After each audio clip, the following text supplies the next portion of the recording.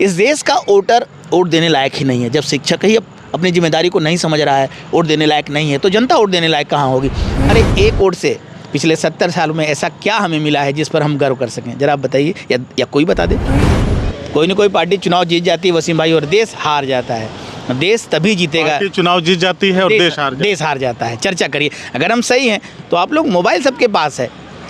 इस मरे हुए देश का जिंदा होना जरूरी है, चुनाव होना जरूरी नहीं है। चुनाव से कुछ नहीं बदलता। My father is also a teacher. शिक्षक इस देश का वो कैंसर है जिसका इलाज सिर्फ एक डॉक्टर कर सकता है, उसका नाम है राजीव तलवार।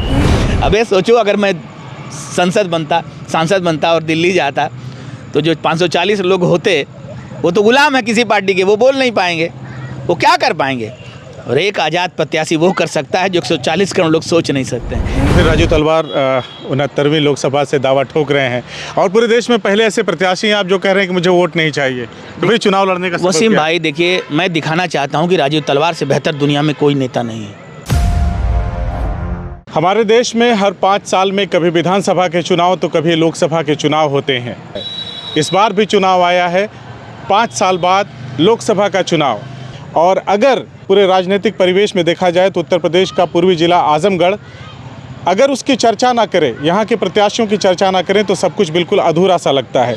आज हमारे साथ ऐसे ही एक प्रत्याशी हैं, राजीव तलवार। नाम तो आपने सुना होगा, हालांकि अब वो दहाड़ती हुई आवाज़ बहुत कम सुनने को मिलती है जो 2 साल 3 साल पहले सुनाई देती थी। राजू भाई बहुत बहुत स्वागत है। धन्यवाद वसीम भाई, बहुत बहुत धन्यवाद। फिर से एक बार प्रत्याशी हैं, मैदान में है, 5 साल बाद कभी विधानसभा कभी लोकसभा का चुनाव।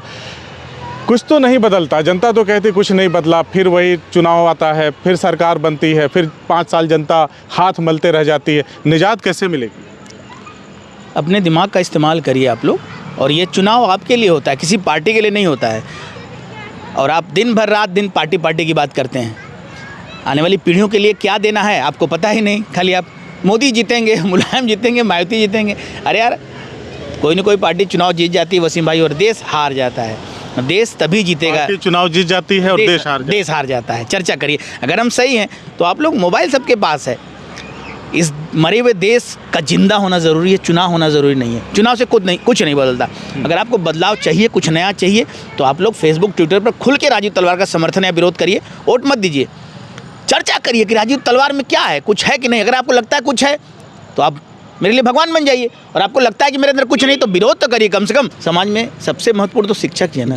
कभी लगा कि इस देश का शिक्षक चुनाव में सम्मिलित है? जब इस देश का शिक्षक ही चुनाव में सम्मिलित नहीं है, उसको लगता ही नहीं कि चुनाव हमारे लिए हो रहा है, तो उसके विद्यार्थी को क्या लगेगा?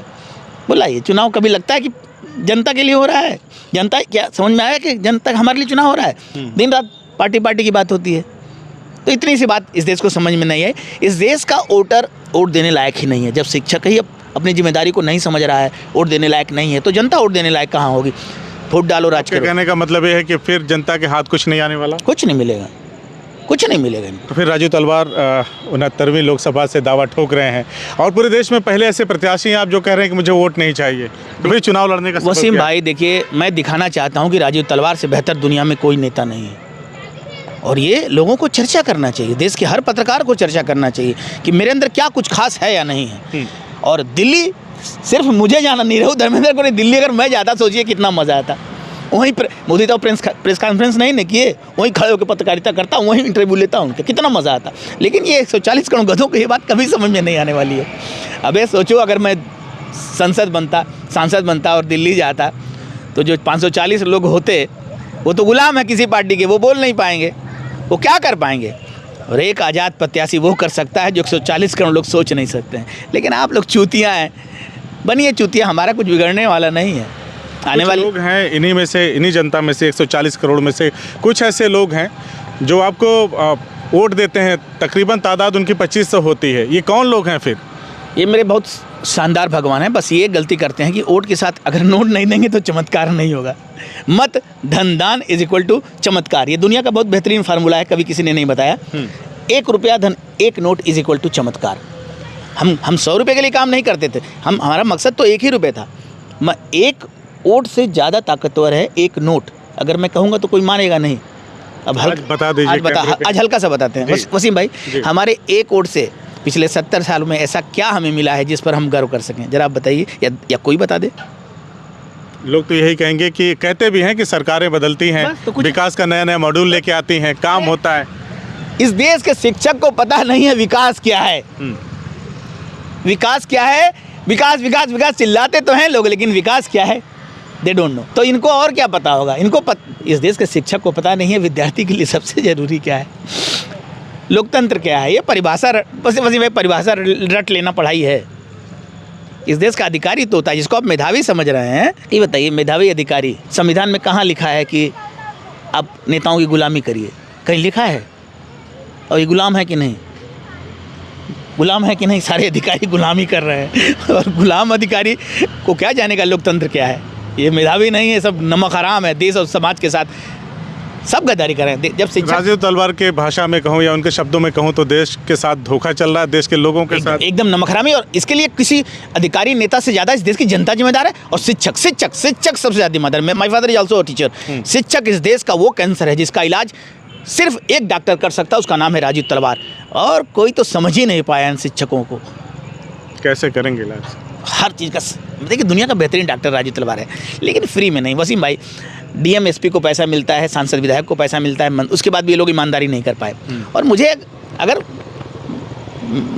मेरा पेट नहीं भरेगा, मेरे परिवार का खर्चा अच्छे से नहीं चलेगा, तो मैं अच्छे से काम कैसे कर पाऊंगा? कभी लगता है कि जनता आपके मुद्दों को, आपकी बातों को समझ पाएगी? देखिए, ये मंदिर देखिए, अगर खुलेआम चर्चा आजमगढ़ में हो जाए कि दुनिया में राजीव तलवार जैसा कोई व्यक्ति है, तो मेरा विरोधी भी कहेगा, पार्टी का समर्थक भी कहेगा कि राजीव तलवार, भले वो मुझे वोट ना दे, लेकिन कहेगा कि राजीव तलवार से बेहतर कोई नहीं। ये चर्चा होनी भी चाहिए। और ये अगर इतना अंतर आया है तो कम बात नहीं है वसीम भाई। और जिस तरह से मैं चुनाव लड़ता हूँ, आप बताइए, इतनी सादगी से, इतने 25,000 रुपये में चुनाव लड़ने वाला धरती पर कोई आदमी आप देखे हो या ये लोग देखे हो तो बता देंगे। जो मेरा काम करने का तरीका है, अब इससे बेहतर तरीका किसी के पास हो तो कोई बताए। तो देश कैसे बदलेगा राजीव भाई? देश को बदलने की ज़रूरत नहीं है, देश में हजारों भगत सिंह की ज़रूरत है। आएंगे कहाँ से? वो तरीका सिर्फ मेरे पास है और किसी के पास नहीं है। तो आप बताएंगे नहीं तो लोग समझेंगे कैसे? अच्छा, ये बताइए वसीम भाई, आप बताइए, दुनिया में मेरी तरह का आदमी वसीम भाई आपने या कोई देखा? आप देखिए, क्या लगता है राजीव तलवार से जिस तरह का आदमी है, उस तरह का आदमी आपने कभी देखा किसी को? तो बताइए। नहीं देखा। तो जब वसीम भाई हमको नहीं समझ पा रहे हैं तो चूती हमको कैसे समझेंगे? नहीं, आपने कहा कि मेरे तरह का आदमी। मेरे बताने से कोई कैसे समझ सकता है? बोले आप बताइए तो मैं ये करना। आप बताइए। नहीं, आप कर बताइए, कर्म महत्वपूर्ण है कि शब्द महत्वपूर्ण है? आप बताइए, कर्म महत्वपूर्ण है कि शब्द महत्वपूर्ण है? कर्म महत्वपूर्ण है। तो यार, इतने सालों से जो मैं कर रहा हूँ, दुनिया में कोई नहीं कर रहा है, और मेरा कर्म देख के अगर आप मुझे समझ नहीं सकते तो मेरे बताने से कैसे समझेंगे? बताइए। विश्वगुरु बनाने वाले हैं, 2047 तक विकसित राष्ट्र बन जाएगा। इस देश के नेता को ही पता नहीं विकसित क्या होता है। ये बेईमान आदमी एक विश्वगुरु बनाएंगे? जनता को हाईजेक कर लिया, झूठ दिखा के 70 सालों से ही हो रहा है। सिर्फ मोदी जिम्मेदार नहीं है। मोदी ये सीखे कहाँ से हैं? बोले, मोदी ये सीखे कहाँ से? अगर मोदी को लगता है कि गलत कर रहे हैं तो मोदी कहाँ सीखा? मैं कहाँ सीख रहा हूँ ये सब? ये समाज ने जो सिखाया कोई ना कोई वापस करेगा। कोई हिटलर अपनी माँ के घर से पैदा नहीं होता है। जनता भी तो खुशहाल है ना, 5 किलो राशन है और तमाम सरकारी सुविधाएं मिल ही रही हैं, क्या दिक्कत है?